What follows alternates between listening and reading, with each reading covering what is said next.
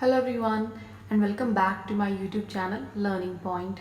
This is Palak Jain and today we are going to understand about conflict management in organizational behavior.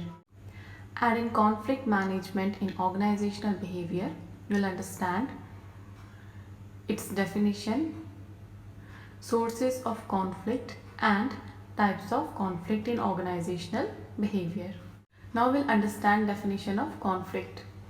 Conflict is a process that begins when one party has negatively affected or is about to negatively affect something that the first party cares about.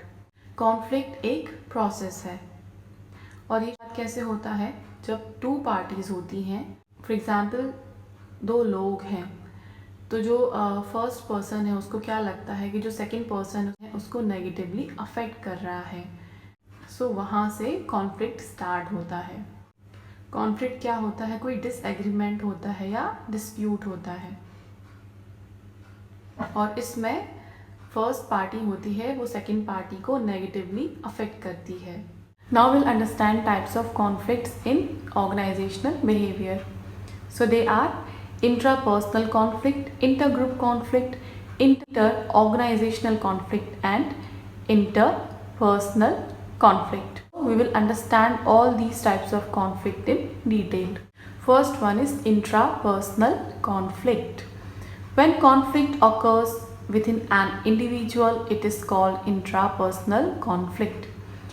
Intrapersonal conflict क्या होता है? जब conflict किसी person के खुद के अंदर होता है, जब वो डिसाइड नहीं कर पाता कि वो क्या करे. Interpersonal conflict. Conflict between two or more people is called interpersonal conflict. Interpersonal conflict क्या होता है? जब दो या दो से ज़्यादा लोगों के बीच conflict होता है, that is interpersonal conflict. Intergroup conflict. When conflict occurs between two groups or teams, it is known as intergroup conflict. जब conflict दो ग्रुप के बीच होता है या दो टीम्स के बीच होता है, so that is intergroup conflict. Last is interorganizational conflict. Conflict that occurs between two or more organizations is called interorganizational conflict. जब दो या दो से ज़्यादा ऑर्गेनाइजेशन के बीच कॉन्फ्लिक्ट होता है, it is called interorganizational conflict. Now we will understand sources of conflict. So what are the sources? They are structural factors and personal factors. Structural factors is related to the nature of organization and organizational work. So what are structural factors? They are specification, interdependence, common resources, goal differences and jurisdictional ambiguities. Specification. Jobs are highly specialized. Employees become experts at certain tasks. So ऐसे job जो highly specialised होते हैं, सो ऐसे employees जो work perform करते हैं तो उसमें वो एक्सपर्ट हो जाते हैं. ऐसे में एम्प्लॉयज़ जो अपने वर्क में स्पेशलाइज्ड हैं तो उनको अदर जॉब्स का नॉलेज कम होता है क्योंकि वो अपनी जॉब पे हाईली स्पेशलाइज्ड हैं. तो इन दैट केस डिस्प्यूट अराइज हो सकता है. Next structural factor is interdependence. Interdependence कब होता है? जब दो या दो से ज़्यादा ग्रुप डिपेंड करते हैं एक दूसरे के ऊपर टू अकम्प्लिश देयर टास्क. जब तक काम अच्छे से चलता है तब तक इंटरडिपेंडेंस सही है. कोई प्रॉब्लम अराइज होती है सो वहाँ से कॉन्फ्लिक्ट स्टार्ट होता है. So interdependence is also source of conflict. Structural factor is common resources. So common resources क्या होते हैं? जो सभी शेयर करते हैं.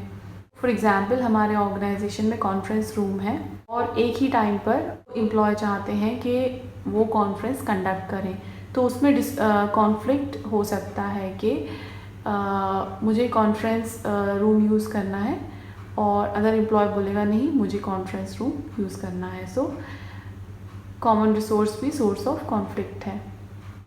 Next structural factor is goal differences. Differences कैसे सोर्स ऑफ कॉन्फ्लिक्ट है? जब दो पार्टीज़ के गोल डिफरेंट होते हैं. ओके सो वो सोर्स ऑफ कॉन्फ्लिक्ट हो सकता है। फॉर एग्ज़ाम्पल, एक टेलीविज़न कंपनी है जो टेलीविज़न सेट सेल करती है, तो उसमें जो सेल्स पर्सन है उसका टारगेट क्या है कि मैक्सिमम टेलीविज़न्स उसको सेल करनी है, और जो इंस्टॉलेशन टीम है उनका टारगेट क्या है कि उनको टाइमली इंस्टॉलेशन करना है। सो उनके गोल डिफरेंट है। सो सेल्स पर्सन कोशिश करेगा कि वो मैक्सिमम टीवी सेट सेल कर दे, बट हो सकता है कि जो इंस्टॉलेशन टीम है वो टाइमली इंस्टॉल ना कर पाए। सो यहाँ पे गोल डिफरेंसेस आ गए, तो सो हो सकता है कि उनके बीच कॉन्फ्लिक्ट अराइज हो जाए। Next structural factor is jurisdictional ambiguities. Jurisdictional ambiguities क्या होता है? Unclear lines of responsibility. कि फॉर एग्जांपल, हमने अगर अपने यूनिवर्सिटी या कॉलेज में हमें कोई प्रॉब्लम है, अगर हम एडमिनिस्ट्रेशन डिपार्टमेंट के पास जाते हैं तो वो बोलते हैं नहीं आप इनके पास जाइए। सो हम देखते हैं कि हमें अपनी एक प्रॉब्लम को शॉर्ट आउट करने के लिए अलग अलग पर्सन्स के पास जाना होता है। सो इसमें क्या होता है कि जो एडमिनिस्ट्रेशन है उनको नहीं पता कि हमारी रिस्पॉन्सिबिलिटी क्या है। सो ज्यूरिसडिक्शनल एम्बिग्यूटीज में क्या होता है, जो रिस्पॉन्सिबिलिटीज़ होती हैं वो अनक्लियर होती हैं। सो इसमें हो सकता है कि कॉन्फ्लिक्ट अराइज हो जाए। Now we will understand about personal factors. Personal factors arise from differences among individuals. Personal factors are skills and abilities, personalities, perceptions, values and ethics, emotions and communication barrier. First personal factor is skills and abilities. जब different skills and abilities के employees organisation में work करते हैं, हो सकता है कि किसी बात पर उनमें कॉन्फ्लिक्ट हो जाए। फॉर एग्ज़ाम्पल, हमारे ऑर्गेनाइजेशन में न्यू मैनेजर आया है who is recently graduated from any university. उसने मैनेजमेंट सारा पढ़ा है, बट प्रैक्टिकली कैसे हैंडल करना है एम्प्लॉयज़ को, वर्कर्स को, उनको नॉलेज नहीं है। But workers are skilled and experienced. So हो सकता है कि वो ऐसे मैनेजर के अंडर वर्क ना कर पाएँ। So difference in skills and abilities is also source of conflict. Next personal factor is personalities. एक ऑर्गेनाइजेशन में डिफरेंट पर्सनालिटीज़ के एम्प्लॉय होते हैं, तो हो सकता है because of their personality subordinates हैं वो अपने मैनेजर को लाइक ना करें, और जो मैनेजर हैं वो अपने सबऑर्डिनेट्स की पर्सनालिटी को लाइक ना करें। Because of this conflict arise हो सकता है। Personal factor is perception. So personality की तरह हो सकता है कि परसेप्शन भी डिफरेंट हो मैनेजर्स एंड सबऑर्डिनेट का। So difference in perception can cause conflict. Personal factor is values and ethics. हर एक पर्सन के कुछ वैल्यूज़ एंड एथिक्स होते हैं। जब डिफरेंट वैल्यूज़ एंड एथिक्स के एम्प्लॉय साथ में वर्क करते हैं तो हो सकता है कि because of difference in value conflict can arise. Next personal factor is emotions. Moods of the people can also be the source of conflict in the work place.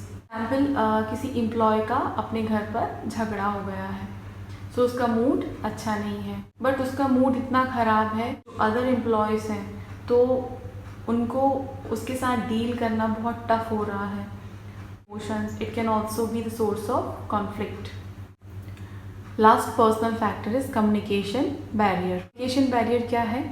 जब प्रॉपर कम्युनिकेशन नहीं है दो लोगों में, या हो सकता है कि लैंग्वेज डिफरेंस है, जो फर्स्ट पर्सन है उसको सेकंड पर्सन की लैंग्वेज नहीं आती। So in that case conflict can arise. So guys, I hope you will find this video helpful, and if you find it helpful then please press the like button and subscribe my channel Learning Point. You can also follow us on Instagram and our Facebook page, that is MBA Learning Point. Thank you so much for watching. Stay safe. Bye bye.